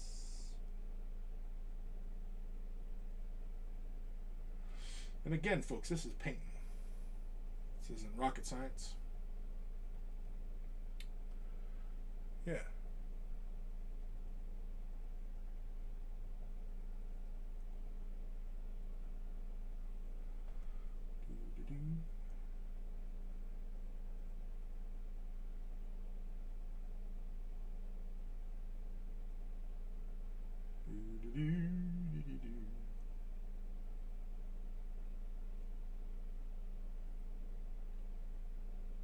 murder squirrel.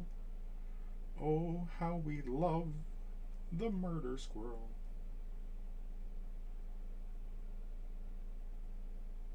You best sound off that you love the murder squirrel. Because the murder squirrel will get you. Murder squirrel. Murder squirrel. We all love the murder squirrel. Yes, I'm cracking up. If anybody's asking. It's like, Jesus, is this man cracking up? Yes, yes he is. Alright. Where's my dryer?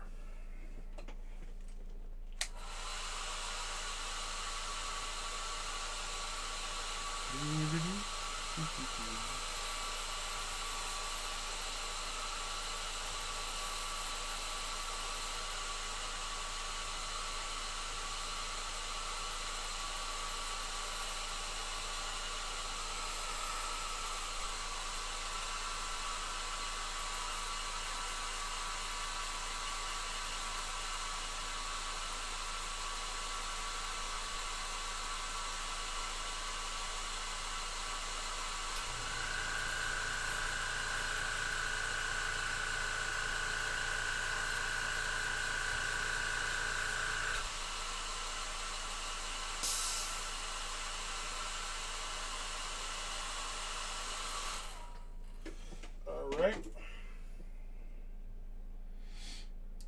I'm wondering, should we do an edge highlighting on the cloak? I don't know. I kind of want to press this into place, but I don't think we're ready for that yet. I gotta be careful. I might have nicked some of these corners here. Oh, gotta be careful. Yeah, because there's some of these areas that I want to like do like just a little bit of edge highlights. But I think I want to have this in place before I do that. Which means that I should probably paint that, because if we put this into place, I don't think I can easily access that if it's there, right? Oh, I guess I could if I wanted to, because I just was worried about that design on the end of the... There's a little like sun motif device in the cloak. I don't know if you can see it on camera there, but yeah, but I can reach it from here. And now that you can see the purple in place, you can see how she is kind of coming together now, right? Hey? Kim, I don't think it needs edging. No? Okay, well, you heard from Kim there. Yeah. Yeah. Yeah, so the stone will go a lot lighter. I initially was thinking of using browns and greens in the stone, but I don't think so, because now that the tree is in, like, now I can see the tree, I don't think it's necessary. What is necessary though is chrome has to be applied to these areas here. So we got to lay some chrome down, kids. Yeah, and there's a little device here on her cloak right here as well. Got to pick that out. But I was toying with the idea of doing that once this is attached. Yeah.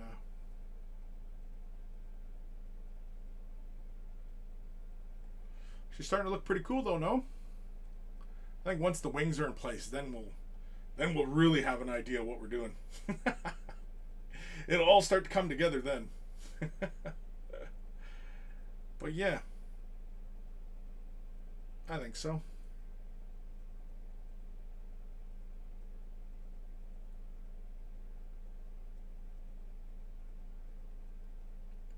Yeah, I'm liking it. I am liking it. Put it over there. All right. So we will leave the tree for the moment. We will leave the cloak for a moment. And I guess we'll concentrate on laying down that chrome onto these areas. For that, we're going to have to mask off very carefully pretty much everything. For that, I think I'll just use some tape to carefully get around. I mean, I could simply just use the silly putty, but I want to make sure it's pretty exact, because basically what we're going to do is, I mean, I could do it by hand, but I think I'll just do it by brush. I'm just going to lay a bit of gloss. I guess I could probably just use some gloss primer and then just hit that. I could hit it with just chrome right now, and it probably would give me enough shine, but laying a gloss down first and then applying the chrome is probably the better route to go, just to make sure it stays all nice and chromy. Yeah, we're gonna lay down some masking masking tape. Basically, I'm just gonna bust out my Tamiya. What is this? 5mm, 6mm. This is 6mm tape. For anybody who really needs to know what tape I'm using.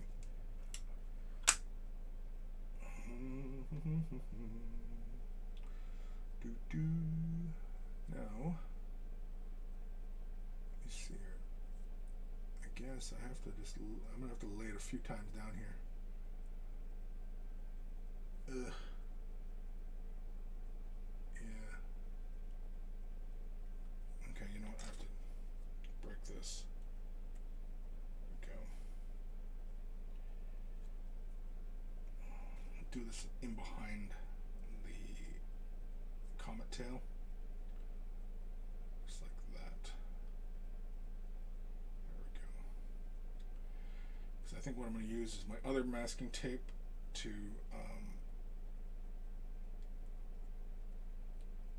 got it backwards.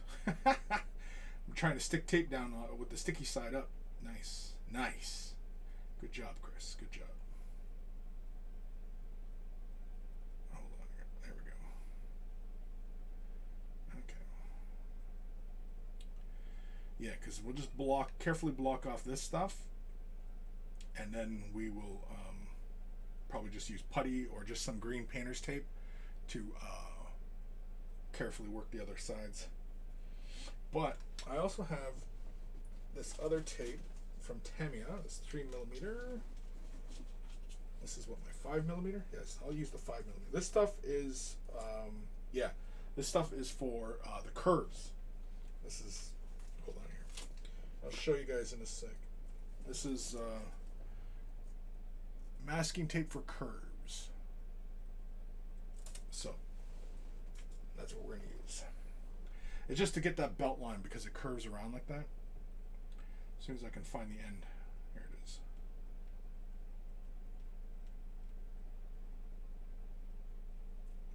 Basically, this kind of stuff feels a bit like gasket tape. For anybody who's ever used gasket tape, that's what it feels like. Somebody out there is like, what the hell's gasket tape? Alright, I'm going to go to a frame here just because I need to eyeball this properly.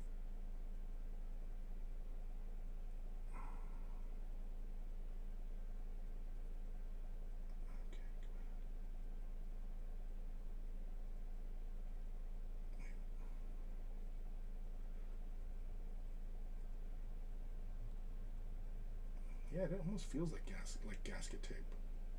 It's kind of weird. Grab a little too much.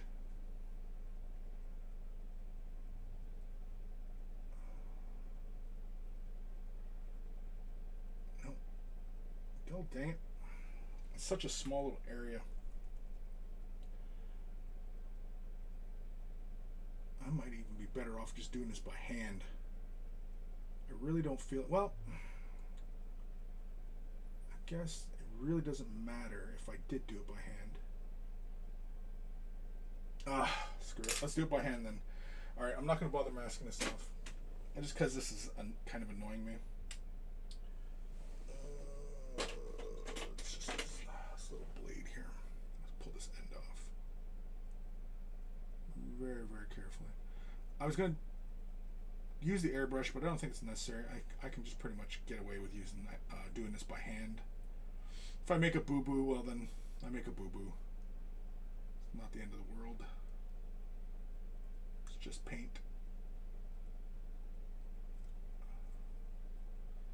It's not like we're doing this for a commission or for competition or what have you. So basically what I'm going to do is I'm going to lay a little bit of ard coat down, and then I'm just going to take my chrome paint, lay a little bit out, and do it by hand. For that though, I am going to switch over to synthetic brushes, because I don't use my sable hair brushes for this process. So, where's my ard coat? No, that's contrast. That's technical ard coat. What's that? Oh, that's the medium. Yeah. Oop, shit. I'm looking at my models.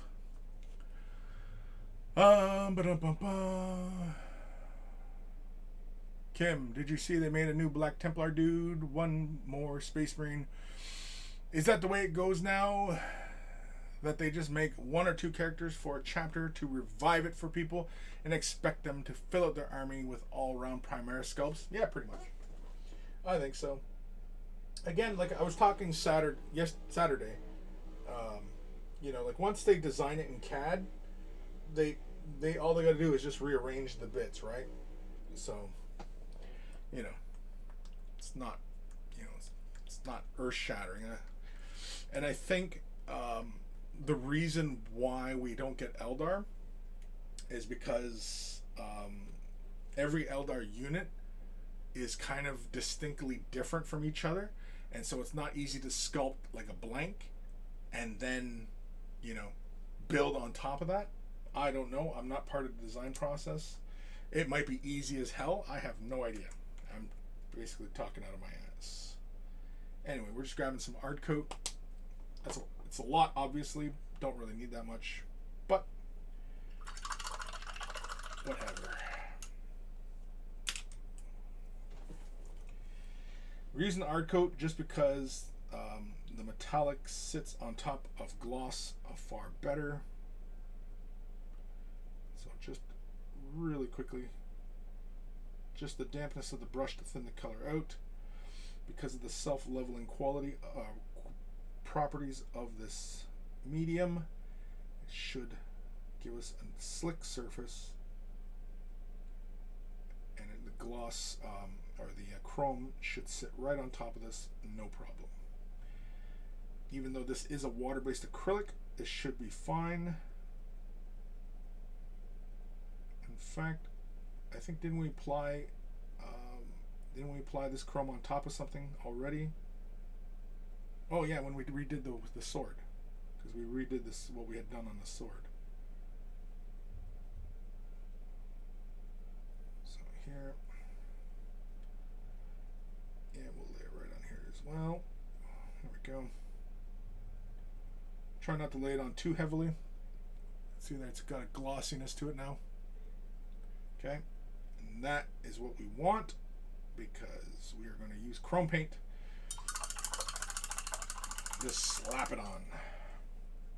For consistency's sake, we are going to use the same chrome paint we always use, which is the Spastics Mirror Chrome. Give it a little shake.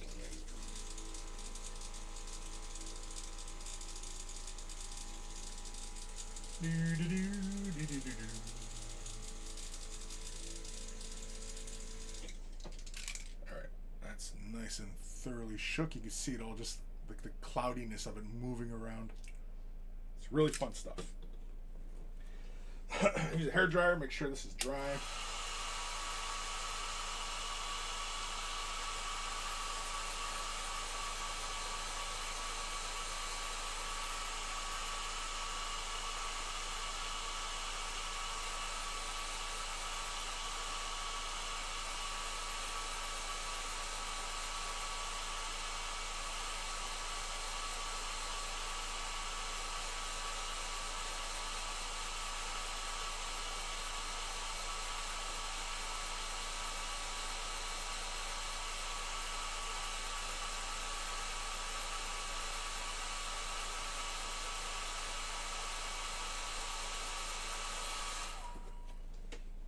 Just thinking I probably should have used the gloss black.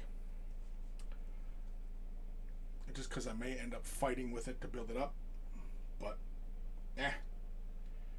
we're already committed now. Screw it. Let's do it. We don't need very much. Oh, I need a brush. This brush. I got a synthetic brush right here, but it's too damn big. Oop. So, let's grab a synthetic.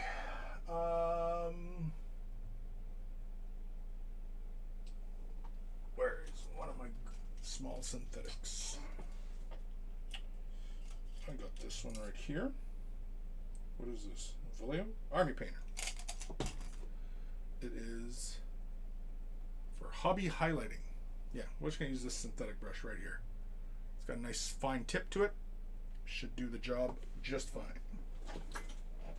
So that's what we're going to use. Really doesn't matter. Any synthetic will do. Oh, I need a little bit of alcohol to rinse. So I'm just going to grab my container. Grab a little bit of iso alcohol. Don't really need that much.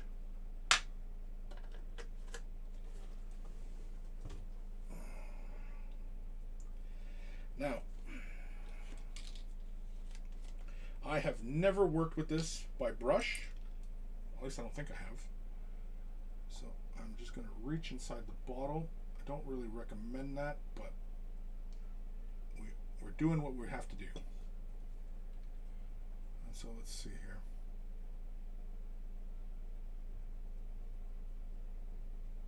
That's covering all right. See it? It's covering just fine, I guess. Okay, cool. I know a lot of people ask about this paint and whether or not it can be used out of the by brush.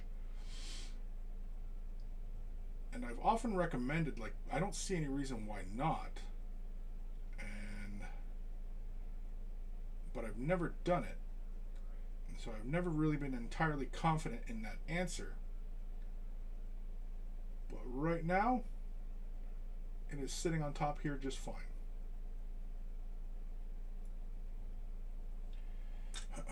The only thing is, though, is it doesn't flow out of the bottle nicely.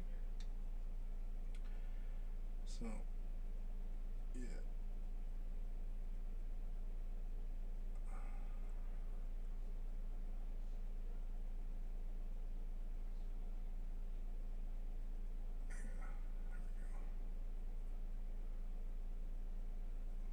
So, anybody who's wondered, yeah, can you use this stuff right out of the bottle and use a brush?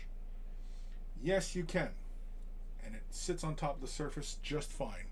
And it gives you that nice shiny metallicness. So there you go. Anybody who was wondering, there you go. Oh, you know what? While I have it out too, I made a boo-boo on the main body of the model. Maybe I should correct that while I'm farting around with this right now.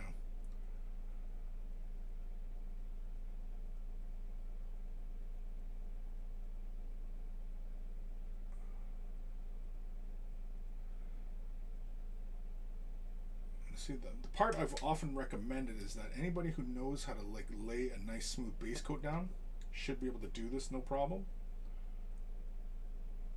But I don't think you really need to. I think it just, if you're applying it somewhat generously, it goes on pretty easily. Just don't overwork it on the surface. You should be fine. Because it does dry quite quickly. So if you're constantly playing with it and moving it back and forth, you could end up, you know, mucking it up. So don't do that.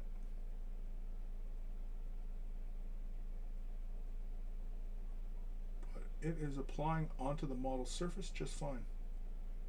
Is it as smooth as what I could get with the airbrush? Debatable, but I don't think this is going to be very visible once it's all assembled and done, so I'm not going to sweat it. But yeah, I really don't recommend applying it like this, like out of the bottle like this. It's better by airbrush.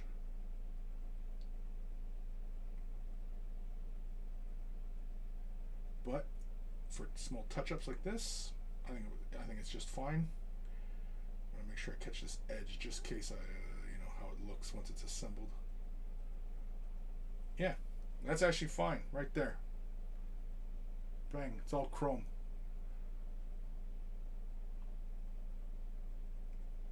Okay, real fast.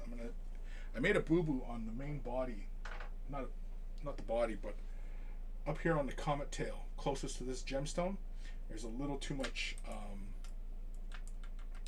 I hit it with the clear color, so I'm just gonna quickly grab just a little bit of the silver or chrome, and I'm just gonna touch up that little spot, just like so. Ooh, man. Now, using it by brush kind of opens up some possibilities for like just using this to highlight with.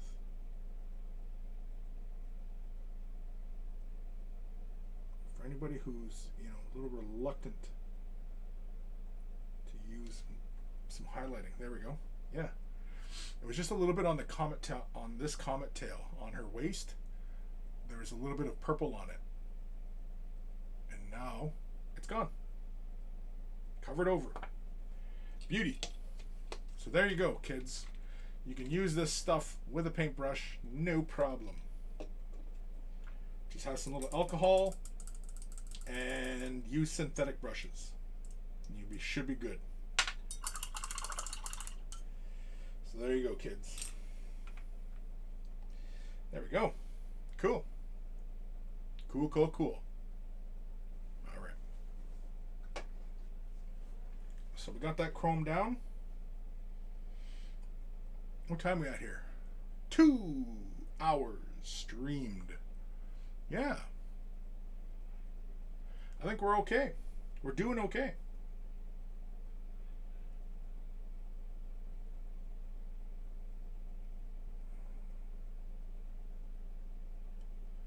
Still debating whether or not I want to attach this right now.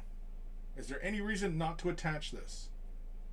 Can anybody tell me a reason not to attach it? Oh, right, the bricks on the other side of the stand, or of the model.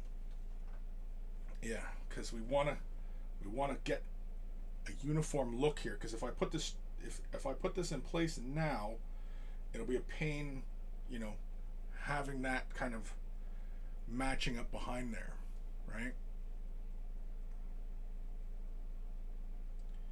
And the chrome, yeah. Once I pick some, like, go over it with the shading gray, and pick out some of the chrome areas in behind, yeah, it matches up nicely behind her.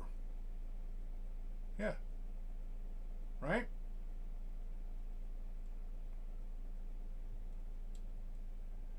Yeah. I'm just gonna attach it just ever so slightly, just a little bit of pressure. There we go. Yeah.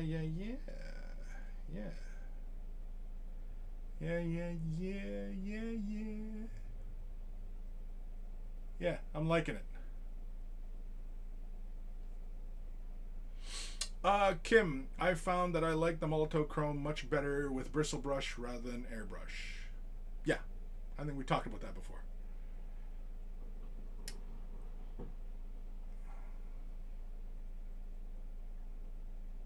Yeah, with the cloak in place, now the scroll work doesn't bug me as much. It was kind of bugging me before just because it was this odd color hanging out here. I definitely want to come back in, do a little more work on the scrolls. I think on the cloak, the little Sigmar comet tails, I think I'm going to do those kind of like how I did the amber on the gemstones. I think I'm going to do that. Not painting them like amber gemstones, just a little bit more of a browny yellow. Not doing like a gold, just painting them just like color. I mean, I could use a gold paint, I suppose, but I don't think so. I don't think it's necessary. Yeah, I think before I attach this, I got to get some of this stonework on the back side here done.